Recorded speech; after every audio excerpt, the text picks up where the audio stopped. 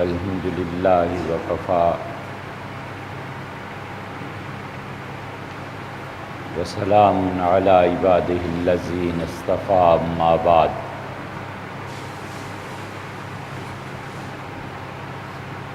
اللہ تعالی نے انسان کو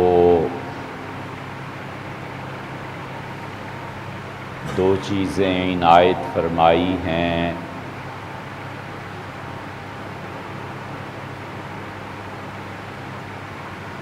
ایک انسان کا وجود ہے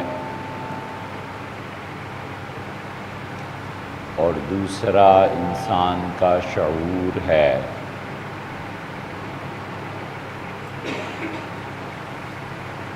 انسان اپنے وجود کے اعتبار سے اور انسان اپنے شعور کے اعتبار سے فنا اور بقا کے مراحل سے گزرتا ہے۔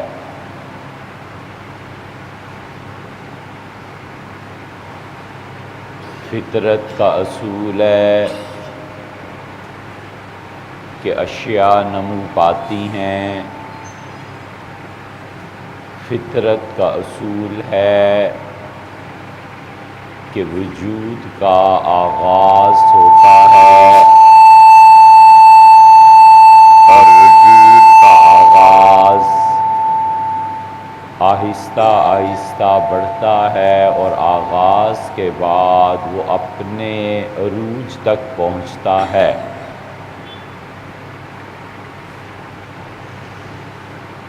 اس عروج اور کمال کے بعد وہ واپس لوٹتا ہے اور فنا کی طرف آتا ہے اور دنیا کی ہر چیز اس سے گزرتی ہے اور دنیا اسی سے آباد۔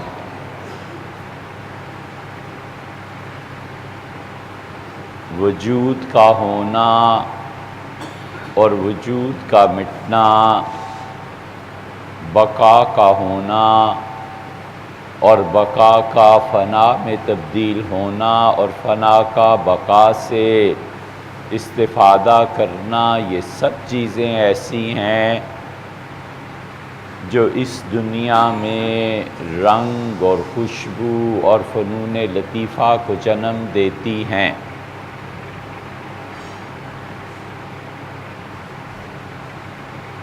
خوبصورتی پیدا ہوتی ہے بدصورتی کے مقابلے میں اور کمال پیدا ہوتا ہے نقص کے مقابلے میں اور بلندی پیدا ہوتی ہے پستی کے مقابلے میں اور ترفع اور تعلی جنم لیتا ہے جب تھوڑے پن کا اور گھٹیا پن کا وجود ہو۔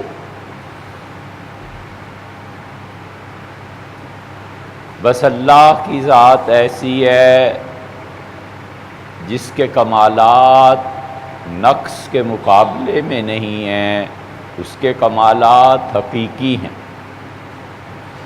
اور اللہ کی ہستی ایسی ہے جس کی بلندی پستی کے مقابلے میں نہیں ہے، وہ خالص بلند، اور اللہ اس کی تعریف اور اس کا علم اور اس کی قدرت اور اللہ کا علم اور قدرت اور اس سے پھر حکمت، یہ سب کی سب چیزیں ایسی ہیں جو خالص اس کی صفات میں سے ہیں۔ اللہ کا علم جہل کے مقابلے سے نہیں ہے اور اللہ کی قدرت تعطل کے مقابلے میں نہیں آتی۔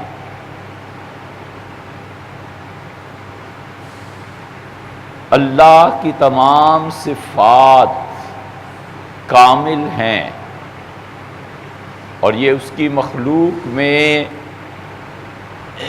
جب آتی ہیں تو مخلوق اپنے اعتبار سے جاہل کے مقابلے میں علم لاتی ہے، اور مخلوق اپنے اعتبار سے بدصورتی کے مقابلے میں خوبصورتی لاتی ہے۔ اور اس دنیا میں وہ آدمی جو اس قانون سے مستثنی ہو کر بلند تر ہو جاتا ہے، وہ آدمی ہے جو حیرت کے جہان سے وابستہ ہوتا ہے۔ حیرت کا جہان حضرت مجدد الفسانی سرہندی رحمۃ اللہ علیہ پہ کھلا تھا، اور حیرت کا مقام وہ ہے جہاں پہنچ کے علم کے بندھن ٹوٹ جاتے ہیں، اور حیرت کا مقام وہ جہان ہے جہاں پہنچ کے شعور معطل ہو جاتا ہے۔ انسان اپنے وجود کے اعتبار سے آیان ثابتہ میں تھا، اور آیان ثابتہ میں انسان اپنی تصویر کے ساتھ زیادہ اور حقیقت میں کم تھا، اور جب آیان ثابتہ سے انسان کی منتقلی اس عالم خلق کی طرف ہوئی ہے تو اس انسان میں حقیقت بڑھ گئی اور صورت کم ہو گئی۔ آیان ثابتہ کا مطلب اللہ کا علم ہے، آیان ثابتہ کا مطلب ابن عربی رحمۃ اللہ علیہ کے جہان میں یہ وہ دنیا ہے جو اللہ کے علم میں آباد، اللہ کے علم سے انسان نکل کے اس عالم خلق میں آیا، اور اس عالم خلق میں اللہ نے جو اسے بھیجا تو اس میں صفات رکھیں، اور اللہ نے بہت بڑی صفت سے نوازا اور کہا کہ جاؤ اور تم امانت پر قائم رہنا۔ آیان ثابتہ سے انسان نے اس عالم میں اپنے وجود کو پایا، اور اللہ نے کہا امانت پر قائم رہنا، اور اللہ نے کہا کہ انا عرضنا الامانہ، اور ہم نے امانت کے وصف کو پیش کیا آسمانوں پہ اور زمین پہ، اور ہم نے کہا کہ اس امانت کے بوجھ کو اٹھاؤ۔ فَأَبَيْنَ، آسمان مشقت میں پڑ گئے، اور زمین اپنی وسعت کے باوجود عاجزی کا اظہار کرنے لگی۔ فَأَبَيْنَ أَن يَحْمِلْنَهَا، اور انہوں نے کہا اے رب امانت اس کو ہم لے لیں، اللہ اس کی ہمت اور طاقت میں ہمارے اندر نہیں۔ اللہ نے فرمایا وَحَمَلَهَا الْإِنسَانُ، اور انسان نے امانت کو لے لیا، اور امین ہونے کا شرف اسے حاصل ہوا۔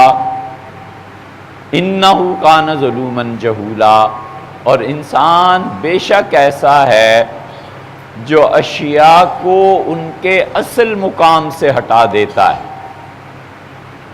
جہولا اور ناواقف ہے، واقفیت ہوتی کہ امانت کا بوجھ کتنا زبردست ہے نہ لیتا، اور امانت کے بوجھ کو اٹھا کے اس کو اس کے اصل وصف پہ رکھتا اس کا کمال تھا، لیکن اس نے اس کمال کو بھی غارت کیا، گویا ایسی چیز لے لی جو استحالہ بالامکان ہے۔ استحالہ کہتے ہیں کسی چیز کا ایسا تغیر جو اس کو اصل میں واپس نہ جانے دے۔ دودھ کا دہی بن جانا اور دہی سے واپس پلٹ کے اب دودھ بن جائے، یہ استحالہ ہے، نہیں ہو سکتا۔ گوبر سوکھ کے اور اپلا بن جائے اور اپلے کو پھر دوبارہ گوبر میں تبدیل کیا جائے، نہیں ہو سکتا۔ خون ہے وہ جم جاتا ہے، اور مختلف صورتیں اختیار کرتا ہے اور اس کو پلٹا کر پھر خون بنا لیا جائے، اسے کہتے ہیں استحالہ۔ اور استحالہ بالامکان کا مطلب یہ ہوا کہ کوئی آدمی اس درجے پر پہنچ جائے کہ ناممکن اور ممکن کے درمیان جو فرق ہے اسے طے کرنے کی کوشش کرے۔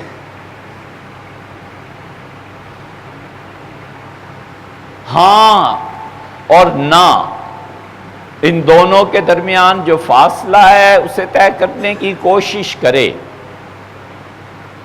اور جب وہ کرتا ہے تو تصویر بن جاتا ہے، اور تصویر نمو کے قانون سے ماورا ہے۔ اس لیے اللہ اس نے اپنے بندوں کو پیدا فرمایا، اور آیان ثابتہ سے اس عالم خلق میں جب آئے تو اللہ نے کہا امانت کو قائم رکھنا، امانت کا قیام یہ روزہ ہے۔ اور اللہ نے کسی عبادت کے جواب میں یہ نہیں کہا کہ تم یہ کرو اور میں تمہیں مل جاؤں گا۔ اللہ نے کہا اتنا ثواب ملے گا، اللہ نے فرمایا جنت ملے گی، اللہ تعالیٰ نے فرمایا قرب دیں گے، اور ذات باری تعالیٰ اپنی شان کے مطابق انسانوں کے نقائص اور محدودیت کا لحاظ کرتے ہوئے اسے مل جائے۔ روزہ واحد چیز ہے جس کے متعلق کہا کیا صوم لی، روزہ میرے لیے ہے، اور اس روزے کے جواب میں، اس روزے کے عوض میں، اس روزے کے ثواب میں میں خود تمہارا ہوں۔ اتنی بڑی چیز دی، اسی لیے یہ روزہ جو امانت ہے اس میں نقص سے منع فرمایا، اور رسول اللہ صلی اللہ علیہ وسلم نے فرمایا من صام رمضان، جس آدمی نے رمضان کا روزہ رکھا اور جھوٹ کو نہیں چھوڑا، والعمل بہ، اور جھوٹی بات پر عمل کو بھی نہیں چھوڑا، فلیس للہ حاجہ، اللہ کو کوئی پرواہ نہیں ہے، اللہ کو کوئی ضرورت نہیں ہے اس روزے کی، اللہ کے ہاں اس آدمی کے لیے بھوک اور پیاس کے علاوہ کچھ نہیں۔ اس لیے کہ اس نے امانت کے وصف کو توڑا۔ روزہ سر کے بالوں سے لے کے پاؤں کے ناخن تک تھا۔ وہ منع کرتا اپنی آنکھوں کو کہ ایسی چیزوں کو مت دیکھیں جو روزے پہ فرق پڑے۔ وہ منع کرتا ہے ان کاموں کو، اس سماعت کو جس کو سننے کی وجہ سے روزے کی کیفیت میں فرق آئے، اور وہ منع کرتا ہے ہاتھوں اور پاؤں کے اس استعمال کو جس کی وجہ سے امانت میں خیانت پیدا ہو۔ اس لیے روزہ مکمل طور پر امانت ہے، اور امانت دار انسان جب روزہ پورا کر لیتا ہے اور جب وہ 30 روزے پورے کر لیتا ہے تو پھر اسے بشارت ملتی ہے۔ رسول اللہ صلی اللہ علیہ وسلم نے اسی لیے فرمایا وَلِلصَّائِمِ فَرْحَتَانِ، اور جو روزہ رکھتا ہے اس کے لیے 2 خوشیاں ہیں، فرحتن عند الافطار، جب افطار کرتا ہے تو خوش ہوتا ہے، ٹھنڈا پانی پیتا ہے، شربت پیتا ہے، گرمی اور سردی اور اس کے احساسات کو مٹانے کے لیے مشروبات کا استعمال کرتا ہے۔ اللہ نے کہا کہ اس کے لیے ایک خوشی تو اب ہے جب دسترخوان پہ بیٹھا ہے، وَلِلصَّائِمِ فَرْحَتَانِ، الفرحۃ عند الافطار، افطار کے وقت خوش ہو گیا ہے، اور دوسری خوشی کا ارشاد فرمایا وَعِندَ اللِّقَاءِ، اور جب ہم سے آ کے ملے گا تو ہم روزہ رکھنے والے کو خوش کر دیں گے، ہم اس سے ملیں گے۔ شہنشاہ یہ کہتا ہے کہ لَقَاهُمْ نَظْرَةً وَسُرُورًا، اور لوگوں وہ ملے گا اپنے بندوں سے نظرتم و سرورا، ہنستے مسکراتے۔ یہ ہنسنا اور مسکرانا یہ باری تعالیٰ کے لیے ویسے ہی ہے جیسے اس نے بیان کر دیا، اور اللہ نے کہا ہم خوشی کے ساتھ استقبال کریں گے اپنے ان بندوں کا جن بندوں نے یوفون بالنذر، ہمارے حضور میں نظر پیش کی۔ وَيَخَافُونَ يَوْمًا، اور آج کے دن سے ڈرتے رہے جس میں ہر طرف مشقت اور مصیبت پھیل جائے گی۔ اللہ نے کہا میرے بندے جو بندوں کے کام آتے تھے، یُطْعِمُونَ الطَّعَامَ، انہیں کھانا کھلاتے تھے اور ان کے لیے راحت کا بندوبست کرتے تھے، اور اس کے ساتھ کہتے تھے لَا نُرِيدُ مِنْكُمْ جَزَاءً وَلَا شُكُورًا، ہم نہ یہ چاہتے ہیں کہ تم ہمارا شکریہ ادا کرو، نہ ہم یہ چاہتے ہیں کہ تم ہماری تعریف کرو، انما نطعمکم لوجہ اللہ، ہم تو اللہ کا چہرہ دیکھ کے تمہیں کھلاتے ہیں، اللہ کی ذات کی وجہ سے تمہیں کھلاتے ہیں کہ وہ مالک ہم سے خوش ہو جائے، یہ اللہ کی وجہ سے ہے۔ اللہ نے کہا جو اعمال میرے لیے کریں گے، میری خوشی کے لیے کریں گے، یوفون بالنذر، اور نذر پیش کریں گے۔ اللہ کا نذر پیش کرنا کیا ہے، اس پہ عمل کرنا چاہیے۔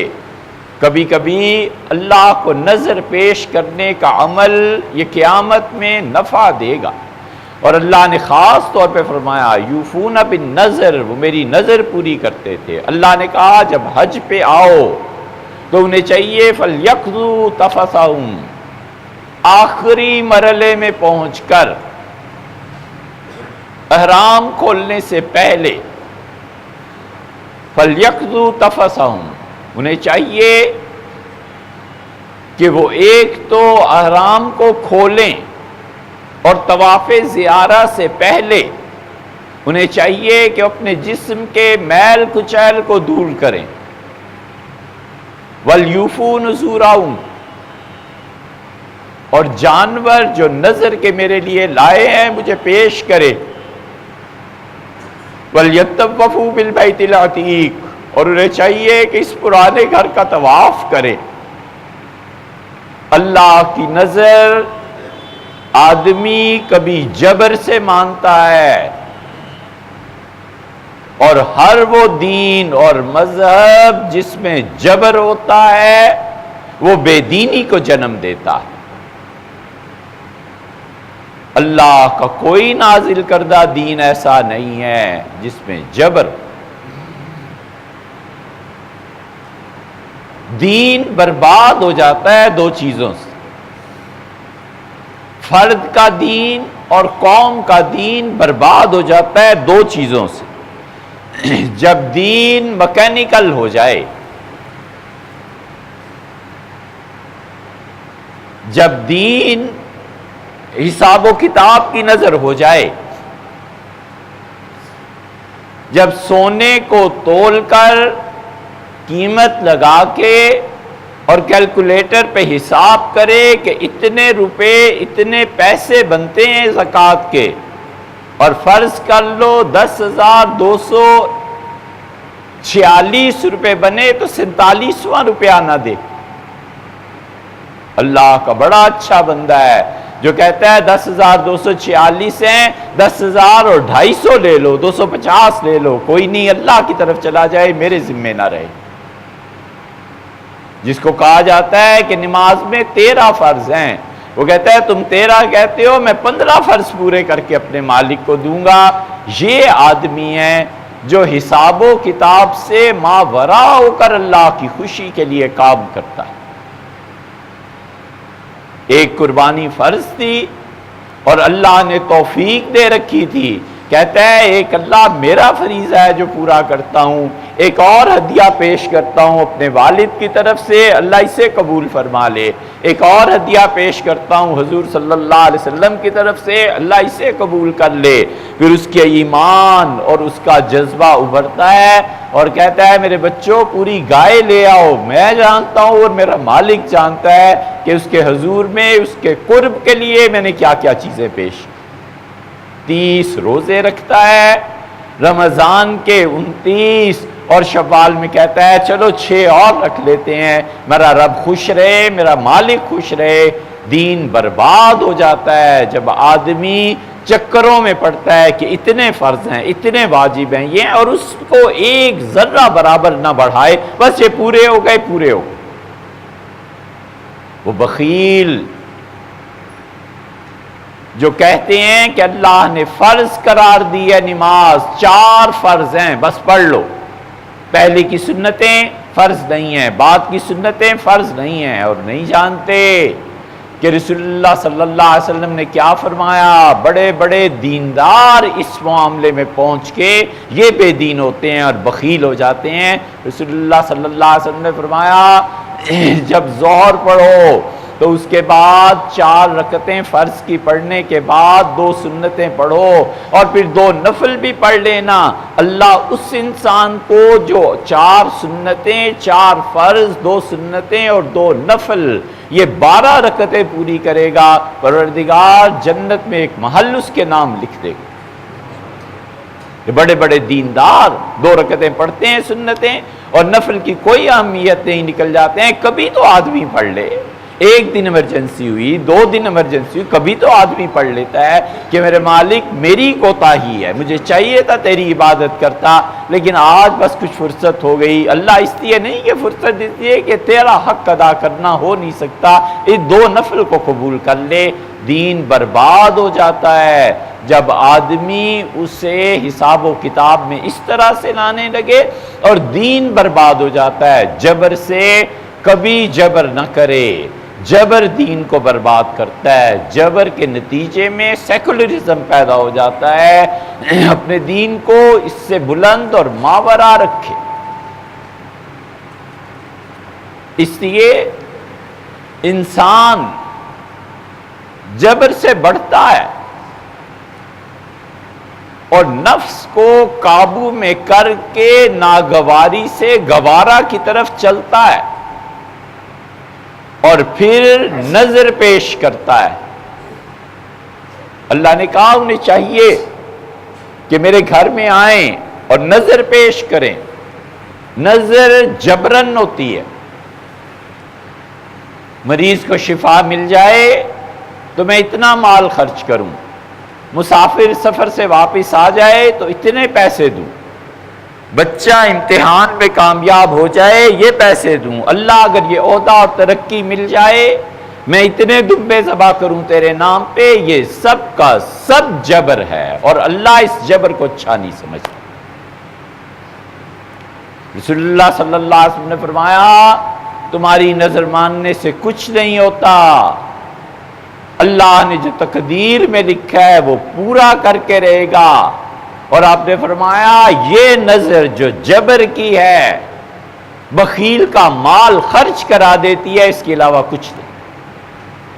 اس لیے شریعت اسے ناپسندیدہ قرار دیتی۔ اصل نظر کیا ہے؟ اصل نظر کو سمجھنے کے لیے آپ ایسے شخص کا اپنا تصور کریں جس کے ہاں بیٹا پیدا ہوا اور پھپھی لے آئی کپڑے اور کہا ماشاءاللہ میرا بھتیجا پیدا ہوا ہے، بھائی مبارک ہو، یہ رکھو 5000۔ شادی کسی کی ہوئی اور آپ 1000 2000 حسب توفیق 10000 لے گئے اور کہا خوشی کا موقع ہے آپ اسے قبول کر لیجئے۔ چیف بنے، وزیر اعظم بنے، اور جتنے سب آرڈینیٹس تھے ان لوگوں نے جا کر کچھ پیش کیا کہ مبارک ہو، یہ تحفہ میری طرف سے ہے۔ بالکل اس کو سمجھ کے اللہ کی عظمت، اس کی بزرگی، اس کی بادشاہت، اس کی تقدیس، اس کی مالکیت، ان چیزوں کو ذہن میں رکھ کر پھر 10 روپے پیش کرتا ہے، ہاتھ پہ رکھتا ہے اور کہتا ہے آپ اسے قبول کر لیں، یہ بندے کی طرف سے آپ کی نظر ہے، اور کسی کو دے دیتا ہے بغیر کسی جبر کے، اپنی محبت سے پیش کرتا ہے۔ اللہ کہتا ہے یوفون بالنظر، میرے یہ بندے ہیں جو مجھے نظر پیش کرتے ہیں، بغیر کسی وجہ کے اللہ کی عظمت کے احساس سے کسی دن کھڑا ہو جاتا ہے اور کہتا ہے زندگی ساری ایسے ہی گزر گئی، یہ 2 نفل آپ کے لیے پڑھتا ہوں، یہ آپ کی نظر ہے، آپ کی عبادت ہے، آپ اسے قبول کر لیں۔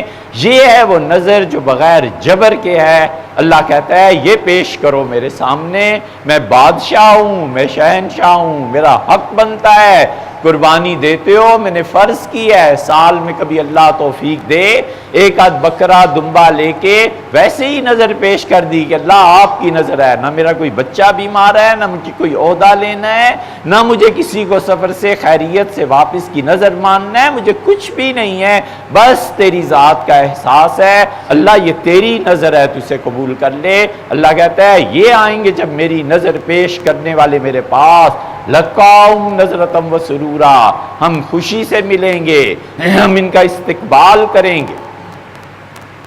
اس لیے آدمی امانت کو قائم رکھے اور اس امانت کے نتیجے کو اللہ کے سامنے نظر کے طور پر پیش کرے۔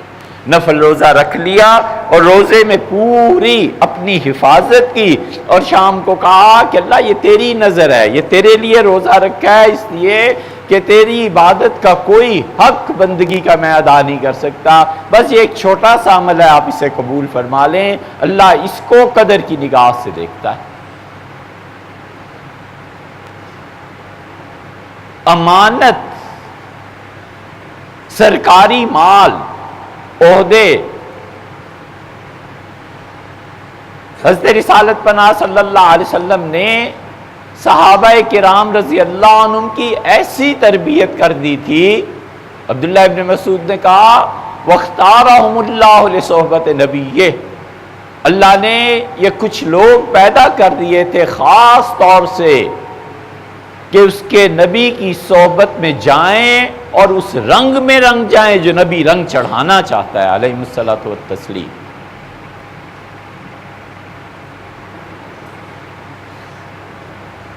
سیدنا علی رضی اللہ عنہ کے بھائی عقیل، 4 بھائی تھے، طالب جس پہ ابو طالب کی کنیت تھی، دوسرے بھائی عقیل تھے، تیسرے جعفر تھے، چوتھے سیدنا علی رضی اللہ عنہ۔ علی رضی اللہ عنہ اپنے بھائیوں میں سب سے چھوٹے تھے اور رسول اللہ صلی اللہ علیہ وسلم ان سب سے محبت کرتے تھے، جعفر سے بھی اور عقیل سے بھی۔ اور عقیل رضی اللہ عنہ غزوہ حنین میں شریک تھے، اور غزوہ حنین وہ تھا جس پہ اللہ نے کہا ہے ساعۃ العسرہ، نہیں یہ دوسری جگہ آیا، اللہ نے فرمایا وہ یوم حنین، اور حنین کے دن کو یاد کرو جب تم سخت تنگی میں آ گئے۔ اس سخت تنگی کی حالت میں کافر اور مسلمان ایک دوسرے کے ساتھ بھیڑے اور صحابہ کرام رضی اللہ عنہ کا خون زیادہ بہہ گیا اور قریب تھا کہ وہ چھا جاتے کافر، اور کافر اپنی فتح کے نشے میں چور ہو کے آگے بڑھ رہے تھے، اور عقیل رضی اللہ عنہ ادھر سے جواب میں آئے۔ اللہ نے کہا پھر تمہیں پتہ ہے ہم نے اپنے فرشتے بھیجے تھے تاکہ تمہیں مدد دیں اور تم غالب آ جاؤ، اور اس قتال میں عورتیں بھی ساتھ تھیں، اور عقیل رضی اللہ عنہ کی تلوار رنگی ہوئی تھی خون سے، اور وہ اس خون والی تلوار کو لے کر اپنے خیمے کے قریب سے گزرے تو ان کی بیوی نے پوچھا کہ عقیل اتنا خون اور تلوار آلودہ اور غنیمت کیا ہے، اس کے عوض میں کیا ہے؟ تو ان کے پاس ایک سوئی تھی۔ اس زمانے میں مشینیں نہیں تھی، لوگ سوئی سے کپڑے سیا کرتے تھے، تو اب تک بھی رہا ہے، سوئی سے ہر کوئی کپڑے سیتا تھا۔ تو انہوں نے اپنی بیوی کو سوئی دی اور کہا اس سے کپڑے سینا۔ بیوی سوئی دیکھ کر بڑی خوش ہوئی کہ ایک نئی سوئی ملی ہے، ایک نئی چیز مجھے مل گئی ہے، اور عقیل رضی اللہ عنہ نے سوئی جب دی تو دوسری طرف سے آواز رسول اللہ صلی اللہ علیہ وسلم کی آئی۔ معرکے کا آخری حصہ تھا، کافر بھاگ رہے تھے، اور رسول اللہ صلی اللہ علیہ وسلم نے فرمایا مال کو جمع کرو اور غنیمت کے مال کو جمع کرو، اور تم میں سے کسی شخص کو ایک سوئی کے برابر یہ سرکاری مال مل جائے تو اسے سرکاری خزانے میں جمع کراؤ۔ عقیل رضی اللہ عنہ نے بیوی کے ہاتھ سے سوئی لی اور جا کے رسول اللہ صلی اللہ علیہ وسلم کی خدمت میں پیش کر دی۔ یہ ہے امانت۔ اس لیے سرکار کے مال میں خیانت کرنا، سرکار کی گاڑیاں اپنے نجی مقاصد کے لیے استعمال کرنا، زکوٰۃ کے پیسے سے انتخابات لڑنا، اور زکوٰۃ کے پیسے سے اپنے حلقے میں اس لیے ترقیاتی کام کرانا کہ کل کو مجھے یہاں سے ووٹ ملیں گے، یہ اللہ کے ہاں بڑا مہنگا پڑ جائے گا۔